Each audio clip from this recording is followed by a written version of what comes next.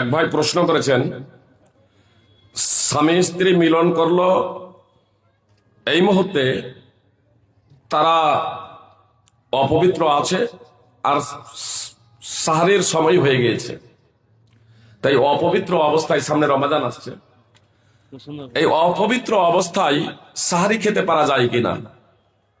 কোনো সমস্যা নেই, আপনি অপবিত্র অবস্থায় সাহারি খেতে পারেন, কোনো সমস্যা নেই। বুঝতে পেরেছেন? বিসমিল্লাহ বলে আপনার জিকির আজকারও আপনি করতে পারেন। বুঝতে পেরেছেন? জিকির আজকারও করতে পারেন, কোনো সমস্যা নেই অপবিত্র অবস্থায়। তবে আপনি সাহারি খেয়ে নেওয়ার পরে নামাজের জন্য আপনাকে গোসল করতে হবে। গোসল নামাজের জন্য তখন আপনাকে গোসল করতে হবে, গোসল ফরজ।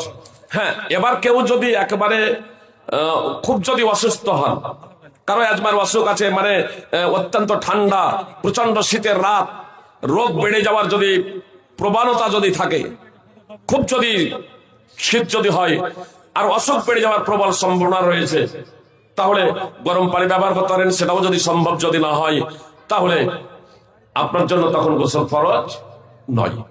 গোসল ফরজের ক্ষেত্রে একটা বিষয় অনেক মা বোনেরা প্রশ্ন করেন যে চুল খোলা কি অপরিহার্য?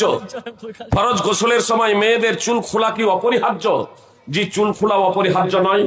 যদি মাথায় যদি চুলের যদি লরি বেনি যদি বাঁধাও যদি থাকে, তাহলে খুলতে হবে, এটা কম্পালসারি নয়। বরং 3 অঞ্চলে 3 খাবল পানি নিয়ে মাথায় আপনার বহিয়ে দেবেন, দিয়ে তারপরে গোসল করবেন, এটা যথেষ্ট।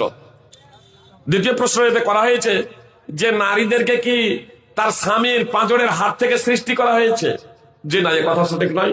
হাওয়া আলাইহিস সালামকে আদম আলাইহিস সালাম থেকে সৃষ্টি করা হয়েছে। সূরা নিসা এবং আরাফে এ কথা আল্লাহ তাআলা উল্লেখ করেছেন।